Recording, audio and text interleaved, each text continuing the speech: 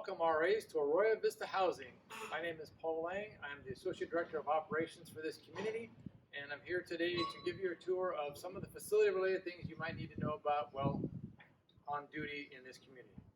First thing to start with, each house has a gas meter, which is located, I'll try to stay out of the way, which is located right here.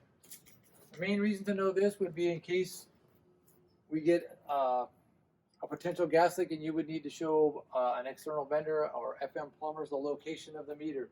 You will never touch it specifically, but it's mainly being able to identify where it's at and where the shutoff was, which in this case for this one is down low, ideally not buried in the dirt. Actually, it's on the back side in this unit.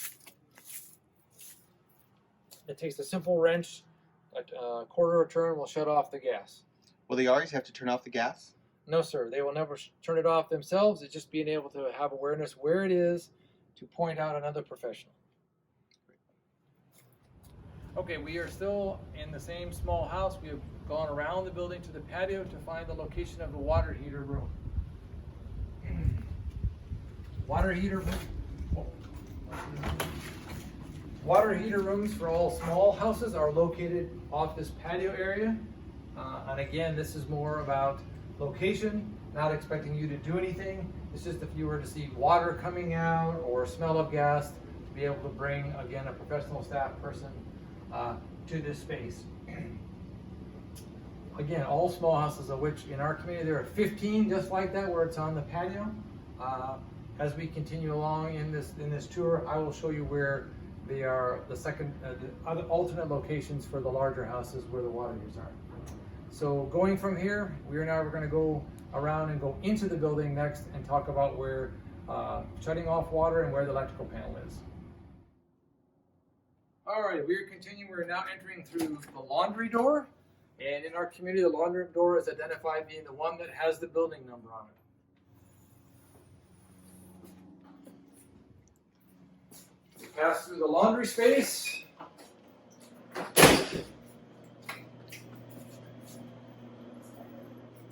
And now we're in the trash area / kitchen, and we have found the electrical panel for this house.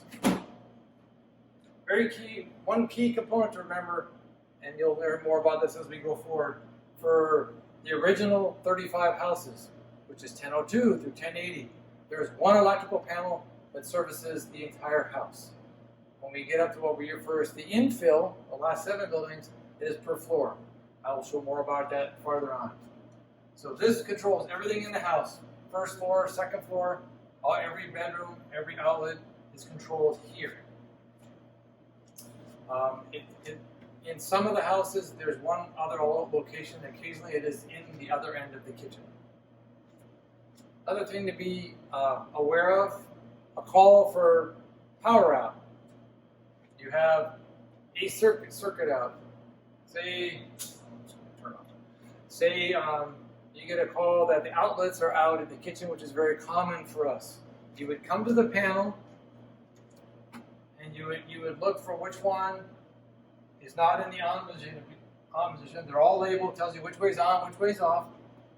Ideally, you look for the one that's in the off position.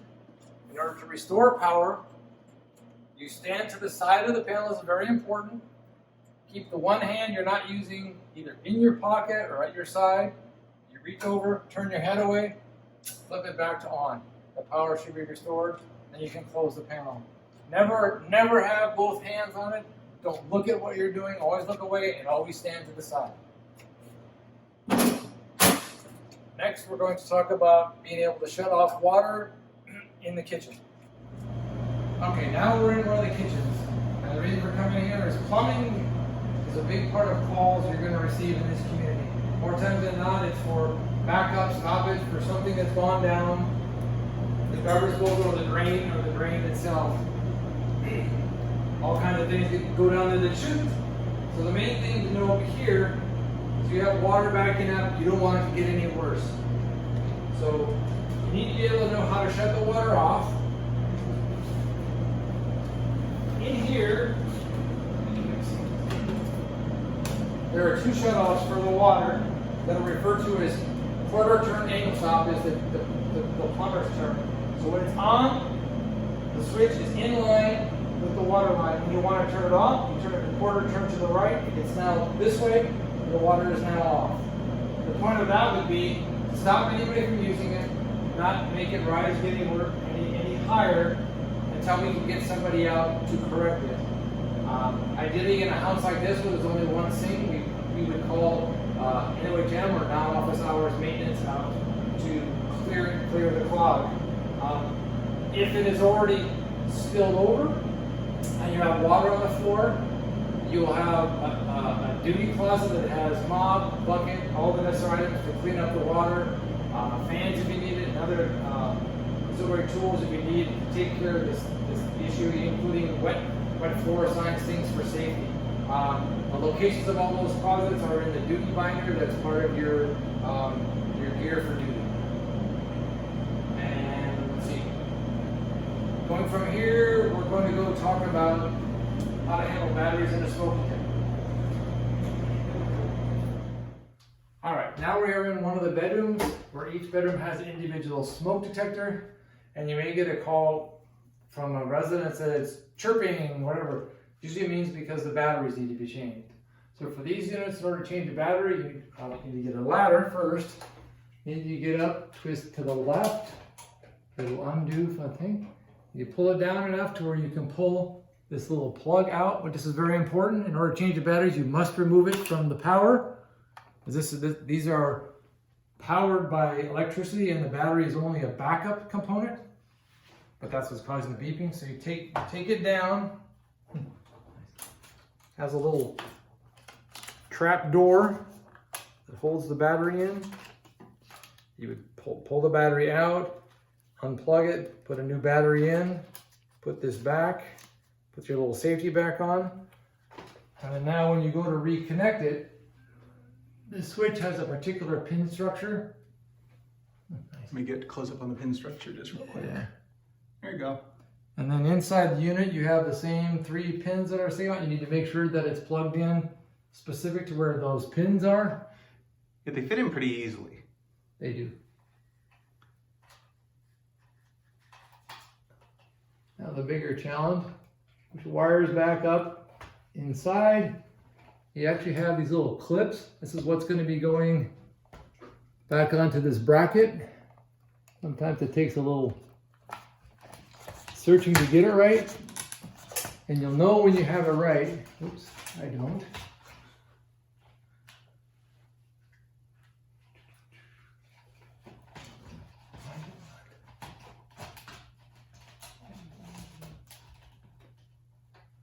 And you can pull on it, it doesn't just come down in your hand. Done. Great. Hey, by the way, where'd you get the ladder again? This ladder is supposed to be in the kitchen. One supplied in each kitchen. This little 3-step ladder that has something for you to hold on to, which is actually kind of nice for stability. So it should be in the kitchen, usually next to the refrigerators and freezers. Correct. Cool. All right, so my name is Mark Alfaro, one of the RLCs here in Arroyo Vista. I'm here to show you what happens and what to do when you're on duty and a trouble alarm goes off. So you may get a call from a resident. You may find when you're walking through, you'll hear the panels beeping. In the older buildings, it's a red panel in the foyer. So real thing, this one is fine, but let's say it's beeping. It's going to be a beeping every few minutes. When you're going on duty, make sure you take your duty keys. You're going to use a little silver key like this. It is marked 17003. It will open the box for you, and the panel will be released. What you want to do, by the way, all these instructions are in your duty binder too. But you're going to see that it's reading that there's a trouble alert going on. I'm not going to touch it here because I don't want to set the alarm off by mistake. But what you're usually going to do is you're going to contact the RLC on duty, and that number's in your duty phone. Let them know that you've got a trouble alarm. You can already start by taking a picture of the panel to read what the trouble alarm is. If the trouble alarm system doesn't tell you exactly what the issue is and just reads trouble alarm, hit the top button here. It says, there's a little music note slash through it says ACK/STEP. It's the acknowledge button. Hit the acknowledge button, the message will come up and tell you what it is. Take a picture of that message and send it to the RLC duty phone. You should be in contact with the RLC duty who will tell you whether or not to, by that point you've acknowledged it, so there's not much you need to do. they're going to contact the facilities office after hours to let them know about the message, and they'll let us know whether that's something they're going to come out and fix tonight or something they're going to put a ticket in. Once you hit the acknowledge, the alarm goes off. You can lock this up again. Do not hit any other buttons. Don't hit reset or anything like that. You don't need to. They're going to lock it up again. If you come in and find this door already open, make sure you write an incident report to let us know. That means someone has gotten into the boxes. It's pretty much the same thing in the infield. It's a gray box that you can find on the outside of the buildings. We can show that to you in a different video. All right, but make sure to be in contact with the RLC. If you have any questions, talk to the RLC, read your binder. The RLC is really going to tell you what happens next after you acknowledge if it's going to be fixed that night and you need to come back to let someone in, or they're just going to put the ticket in and fix it the next morning. Thanks. All right, now we are in one of the restrooms, and we have a set of 3 sinks. One key thing to know about these, if you have a stoppage, sometimes it can show up just in one sink, but if we look underneath, they all feed into the one drain line. So even if you see only a problem in one sink, if it's not handled, eventually it will become a problem in all 3 as they all feed into the one line. So again here, same thing as like the sink downstairs. You have a stoppage. First thing you want to do is turn the water off, which depending on the sink, there's a set of quarter turn stops at each sink. First of all, you turn off the one that's got the actual active clog in it. Again, turning it to the right for off. This way it cuts the water off. Back in line with the line, puts the water back on. Again, if it overflowed, you would get mop, bucket, and then clean up the water, put up your wet floor sign, and then looking for assistance from if it's not, ideally we probably would look for assistance from after hours maintenance if we thought we needed to do it that night. Anything else about that? Yeah, a couple things for the RL who's on duty. A couple things, you can call the RLC on duty to report it. Usually the RAs can handle cleaning up with a wet vac and a mop out of the emergency closet. Usually for something like this, since we have extra sinks and other bathrooms, we would not have the NOHM or the after hours maintenance person come in. We just put a sign up and ask people to use either the downstairs bathroom or the other bathroom that's available if it's a single-sex house. Yes, single gender, I'm sorry. That is typically true in our houses. When we have multiples of the same type thing, we don't tend to bring people out. We tend to just close that portion of the bathroom down for that night, and it's handled by our own maintenance people the next day. The only exception would be if you had an active leak of some kind, there was water that you couldn't shut off. But other than that, typically, yeah, we do that. We shut it off because we have other resources. All right, now we are in one of the toilet stalls, and this is information in case you have stoppage, overflow, again, water on the ground, so the same parameters about how to clean up. But the key here is you want to shut the water off so as not to get any more water coming out. And for those, it's the same quarter turn ankle stop, but it's located down below the tank and behind the toilet bowl. Same process. When it's in line, it's on. When it's turned to the right this way, it's off. You want to turn that off so that no more water can come out. And then again, address the cleanup, close off that toilet stall for the night. It can be dealt with the next day again because we have more to offer. And that's it for that.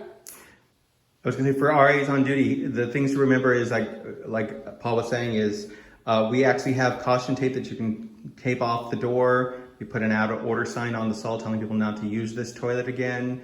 Again, wet vacs and mops and everything are available, latex gloves and everything too available in the emergency closets. Again, this could be a call to the RLC on duty just to let them know what happened so it can be in their report too. As this house has several toilets and even in this bathroom has a second toilet, we would not call the NOHM unless it was an overflow we couldn't stop. But this usually is, by the way, this is usually the cause of any leaks you'll find in the living room. It's usually something in the bathrooms upstairs. So if you ever come across someone reporting water dripping from the ceiling in the living room, first thing you want to do is come upstairs and check the bathrooms because that's our primary reason it happens. Because we're actually literally right above the living room right now. Very good point. That is something that we do have quite a bit. We get what the term raining, it's raining in the ceiling, it's coming through a light fixture, it's coming through a smoke detector. First thing you want to do is you want to go to the restrooms upstairs in the building you're in. look for an overflow from a toilet or a recently used shower. That tends to usually be the source of the water downstairs. At that point, you would, again, turn the water off, isolate that item from being used for the rest of the night, and create bucket or trash bucket or something to catch the water downstairs. And usually we're good for the night unless it's completely flooded the space. Then again, it's a call to the RLC to find out what steps you would take next. And cleaning up the water in the bathroom will usually stop the leaks in downstairs. Yes. As soon as you get rid of the water, because what happens, it sometimes gets by, say the caulking is starting to fail. It gets by the caulking, or there's a crack in grout in the tile, and it'll get by that. And that's how it gets in the floor and gets downstairs. So yeah, by picking up the water, you usually stop it for the night, and the bucket will catch anything that continues until it stops.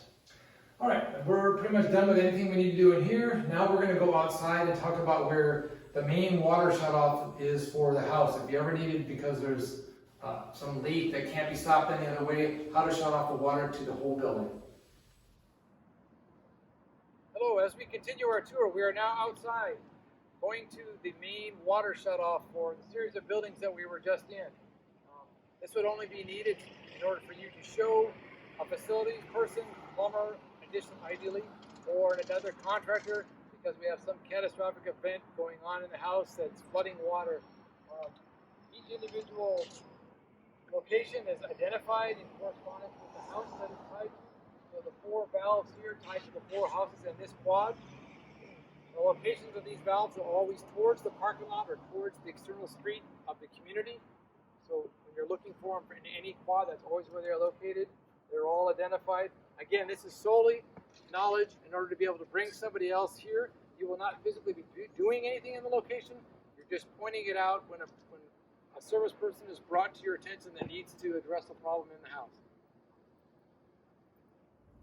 As we continue on our walk at the facilities for Arroyo Vista, we have arrived at our emergency bin, which is located next to house 1018, directly across from the large amphitheater lawn. To access this bin is a small key on your key ring. For some it says Y54, others it just, I think it says Yale on it. If you need help with it, I can help identify. That will get you in. What we have in here are water for the community, food bars for the community in a disaster, medical supplies, bandages, stretchers, and then we also have some 2 generators in case we have power, and we also have a big light to light up basically this whole lawn in a power outage, and some other facilities related stuff for the ops staff to work in case of emergency. And that's it for this. We'll move on. Alrighty, here we are at we call the infill, which are the 7 buildings, 1082 through 1094, which 1094 happens to be what we're standing in front of.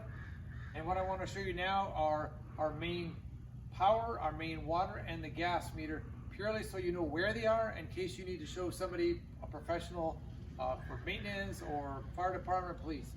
What we have here in this big cabinet is the main power shutoff for this entire building. Next to that you have the gas meter, which has a simple valve to shut the gas up just so you know where it is. And over here we have the main water supply. Again, water for just this building. After that, we can go into the house. Okay, now I want to explain what to do if you have a sink that's backed up or a sink that's stopped up and you just need to be able to shut the water off. Underneath the sink, there's a valve in the back that, unlike the other house we looked at earlier, this one will take the tool that's in your duty bag that looks like a little X, and you'll have to find the appropriate size and put it in one side of the other and the other, and turn the valve to the right until it stops. That will stop the water flow, so you'll get no more water and to overflow the sink. Then you can just tape it off, put the sink out of order for the night, and place a work order to get it repaired by maintenance. All right. For the toilets in these buildings, in case you ever have a stoppage, overflow, and you want to shut the water off, the means to shut the water off is on the right. There's a little cap that you just unscrew off, and inside you have a flat screw. That's the valve. Take your screwdriver, put it in, turn all the way to the right until it stops. That'll shut off the supply or water toilet and stop any flowing, and obviously clean up the water and then shut down the bathroom for the night and turn it in for maintenance. Okay, we've come to the water heater. I just want to make sure you know where that is. Again, not usually going to be doing anything with it other than bringing somebody to it in case there's gas smell, flood, it's not running, you need to know where it is. So for these 7 buildings on the ground floor, room 104 is where it's located. Again, it's more just an awareness to know the location of the building. And it's always in this corner, right off the kitchen in the dining area. All right, now I want to show you how to change a battery in a smoke detector if you ever get called from one beeping in the night. For the units here, it's just a simple door that's on the bottom base of it. You just slide this little door back. Has a 9-volt battery inside that you would pull out, just like that. Get a new one, pop it back up in, slide the door closed, and you're good to go. Okay, now we arrived at the fire annunciator panel for these buildings. Normally there would be some kind of you'll have a readout in this little panel that'll tell you that the system's in normal, or if it goes into trouble, it'll tell you what that is. So the first thing that you want to do, and the only time you're going to respond to it, the box is beeping, you want to take notice of what the message says, and then hit the acknowledge button, which should stop the beeping.